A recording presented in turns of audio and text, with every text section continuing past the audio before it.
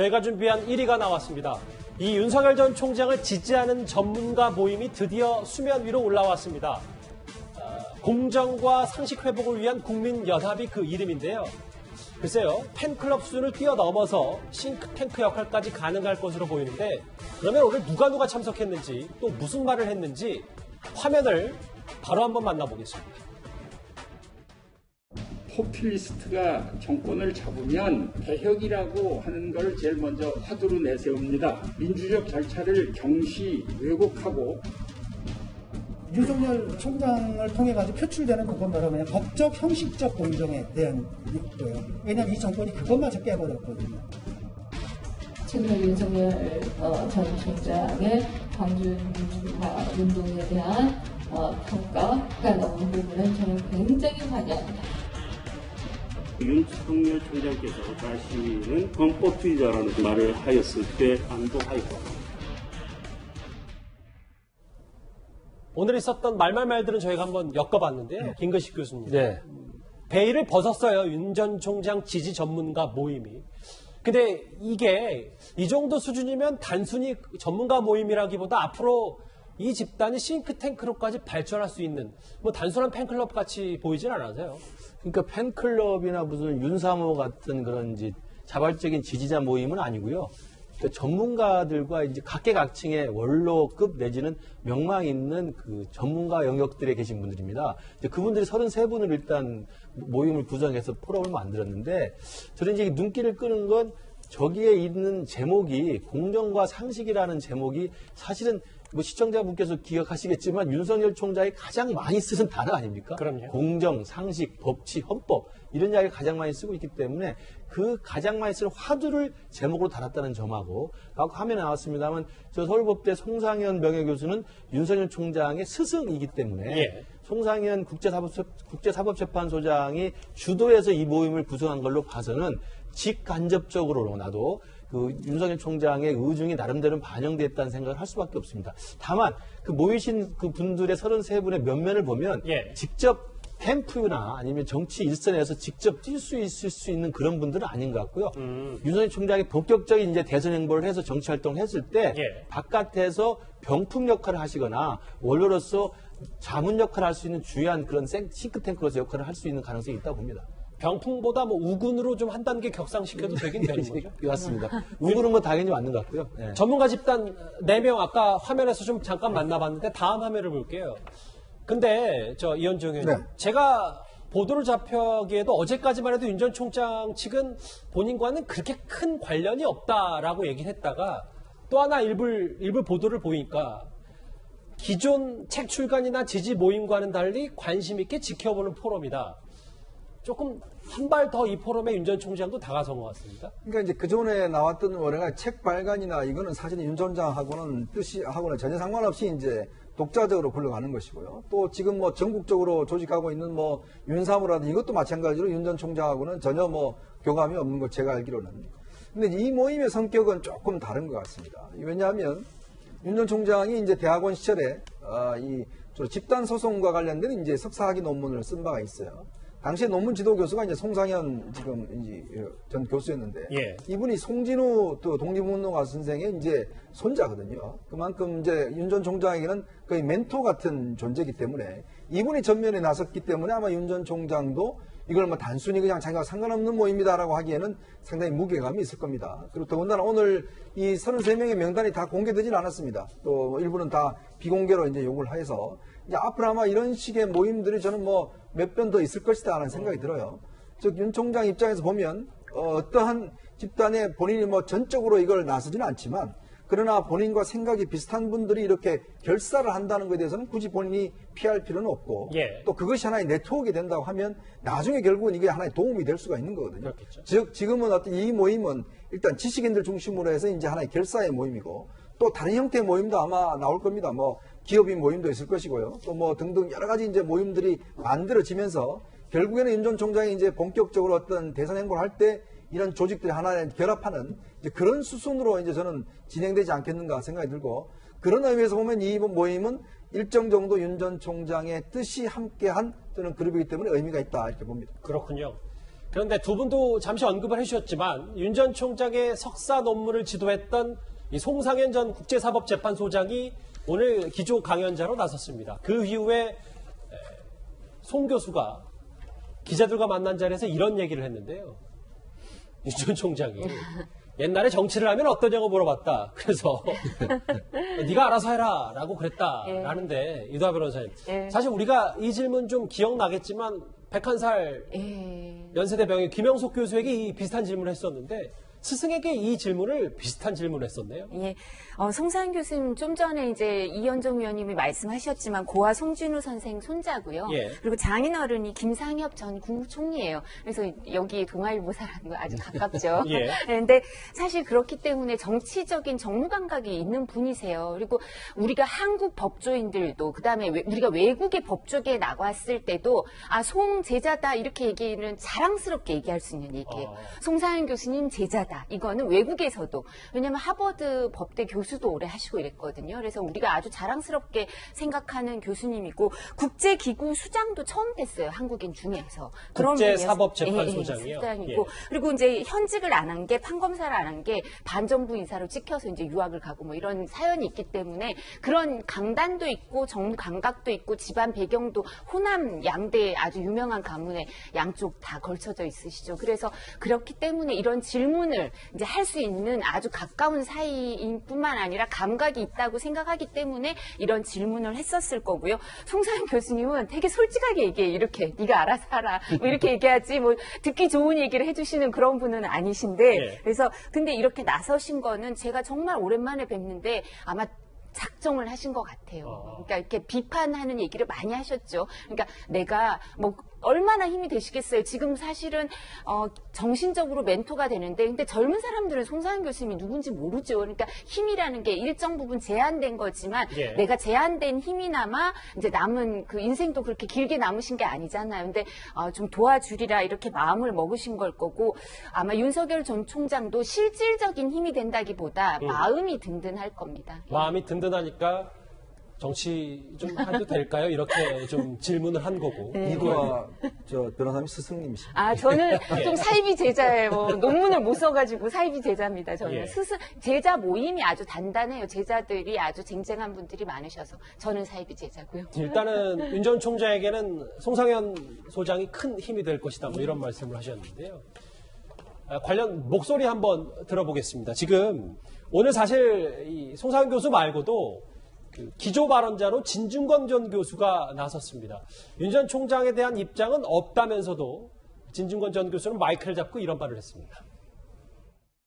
윤석열 총장을 통해 가지고 표출되는 그건 바로 그냥 법적 형식적 공정에 대한 거예요. 왜냐하면 이 정권이 그것마저 깨버렸거든요. 그런데 칼을 갖다가 그 칼을 이쪽 저쪽 공정하게 됐기 때문에 이분이 이제 공정의 상징으로 이제 떠오른 것이고요. 우리 사회가 지금 당하고 있는 바로 그걸 통해서 표출됐던 진짜 욕망과 진짜 불만, 진짜 문제에 대한 대답을 내놔야 된다.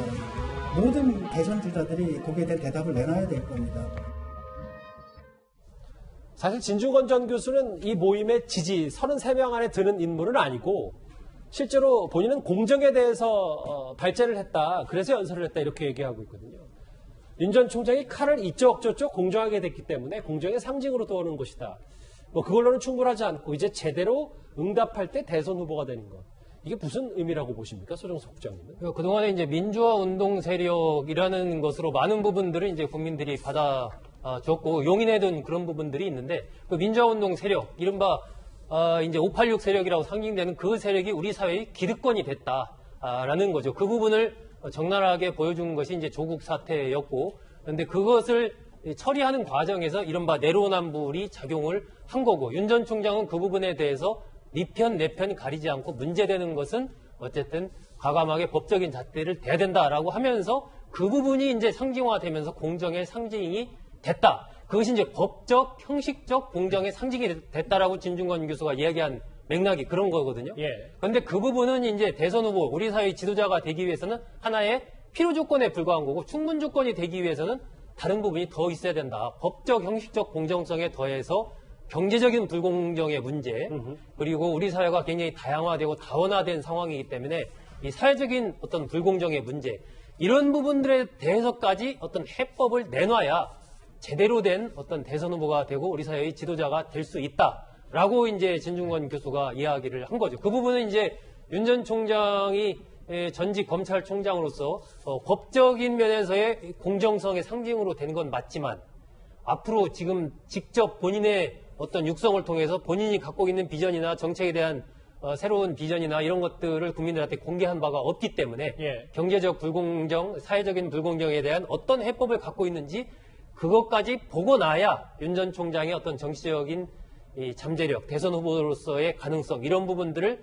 판단할 수 있지 않겠느냐라는 그런 또 질문으로도 해석이 되는 대목입니다. 소국장님도 개인적으로 이 분석에 동의하십니까? 저도 동의합니다. 지금 뭐 윤 전 총장에 대해 사실 국민들이 알고 있는 것은 그동안에 검찰총장으로서 해왔던 전임 추미애 전 장관 뭐 등과 맞붙은 과정에서 보여줬던 그것이지 다른 부분에서의 윤 전 총장의 비전이나 정책 이런 등등에 대해서 국민들이 접한 바가 전혀 없지 않습니까? 그러니까 지금은 하나의 상징 자본으로서 존재하는 것은 분명한데 그것이 현실적인 상징 자본으로서의 힘을 가져갈 수 있느냐의 부분은 이제 공개석상에 나왔을 때를 보고 판단을 해야 되는 거죠.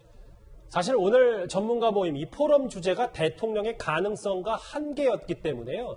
윤 전 총장 약점에 대한 분석도 동시에 나왔습니다. 엘리트주의를 어떻게 극복할 것이냐. 역대 대통령 가운데 서울법대 출신이 없습니다. 서울법대 출신이 그렇게 쟁쟁한 자리에는 다 있지만 이명박 정부 때까지는 상고를 나와야 대통령이 된다. 엘리트에 대한 대중의 거리가 뭐 이런 것들이 반영된 것이 아니냐. 그분의 한계가 될지도 모른다고 생각하는 것은 여전히 관료로서 인생의 대부분을 보냈다는 점입니다. 아무리 파격적인 관료라고 하더라도 현실의 정치에 내맡겨지면 전혀 새로운 도전을 받을 것이라고 생각합니다. 더 처참하게 자기를 부정하고 깨어져야만 진정한 지도자가 될 수 있지 않을까 생각합니다. 이현정 의원님, 뭐 네. 이런 얘기입니까? 그러니까 엘리트 검사 한 30년 가까이 한 사람이 정치판에 뛰어들려면 뭔가 국민께 더 다가가야 되는데 그런 부분들이 아직은 쉽게 보이지 않는다 뭐 이런 말인가요? 그러니까 노래를 잘하는 사람들은 굉장히 많습니다. 근데 나훈아 조용필이 되기는 어렵죠. 왜 그렇겠습니까? 그러니까 어떤 노래로만 따지면 사실은 그렇게 큰 차이가 나는 건 아니거든요. 근데 결국은 이 넘을 수 없는 차이들이 있어요. 그러니까 우리나라 대통령 역사가 짧기 때문에 사실 뭐 통계적으로 의미는 없습니다만은 그러나 지금까지 대통령들 수준을 보면 어떤 면에서 보면 이게 어떤 이 상고 뭐 출신들이 많다는 이야기, 또 입지적인 인물이 많다는 이야기. 이건 뭐냐면 우리 국민들이 뭔가 드라마틱한 그런 지도자를 상당히 원한다는 것이거든요. 또 카리스마 있는 지도자를 원한다는 것이고. 예. 결정적으로 이해창 전 총재가 왜 실패했는가, 두 번의 실패를. 이제 그게 이제 아마 대표적으로 이야기 될 겁니다. 즉, 서울법대 나오고 강단에 있는 감사원장이었다가 뭐 어떤 면에서 보면 정말 경기고 출신들이 많이 밀어줬고 예. 뭐 부족한 게 없었지 않습니까? 그러나 두 번의 대선을 다 실패를 했잖아요.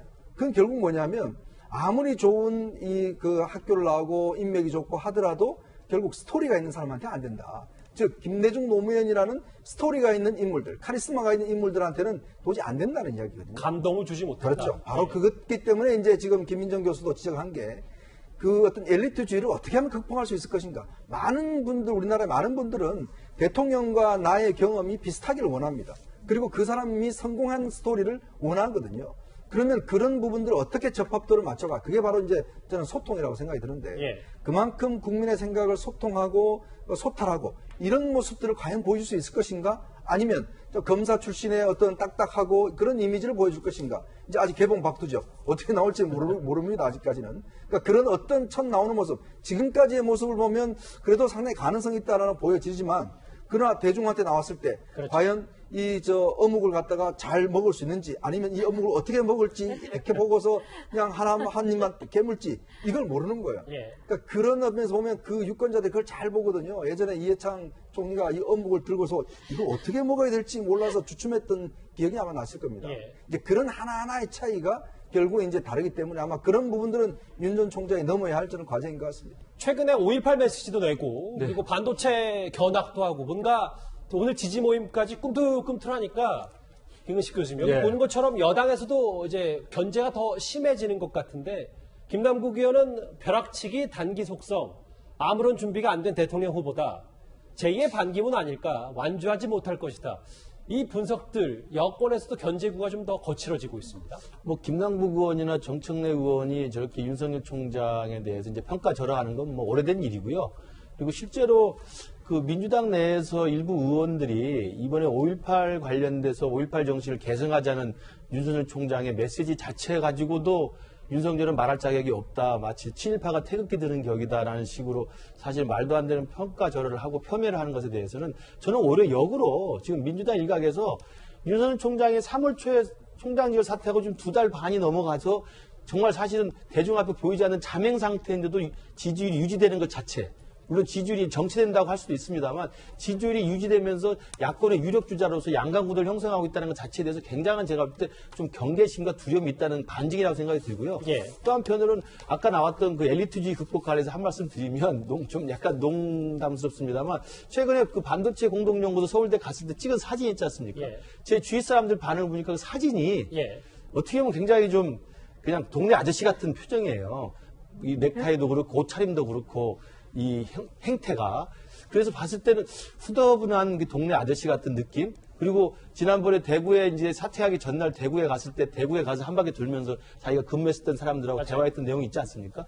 보면 굉장히 인간적인 친숙함 같은 걸 보여주는 또 나름대로의 의미는 있었다고 생각합니다. 그래서 굉장히 차도남처럼 차가운 도회적 이미지 엘리트가 아니라 동네 아저씨 같은 수더분한 9번 떨어졌던 고시생의 어떤 이미지도 저는 남아있는 모습이 있어서 저는 그런 것들도 앞으로 잘, 물론 이제 이현종 의원이 이야기하신 것처럼 실제로 대중과 얼만큼 친숙해질 수 있는 대중과의 이 공감대가 있느냐의 문제는 검증받아야 될 문제지만 예. 일단은 그 패션이나 옷차림새나 이런 걸로 봐서는 일단 보통 사람 이미지는 충분히 있지 않나 생각을 합니다. 알겠습니다. 일단 윤석열 전 총장이 정치의 전면에 등장하기 직전 흐름인 것 같은데 오늘 전문가 지지 모임 얘기까지 저희가 윤 전 총장 관련 뉴스 차례로 만나봤습니다. 다음 주제 그럼 상대가 움직이니까 이 사람도 분주해지기 시작했습니다. 다음 주제 바로 만나보겠습니다.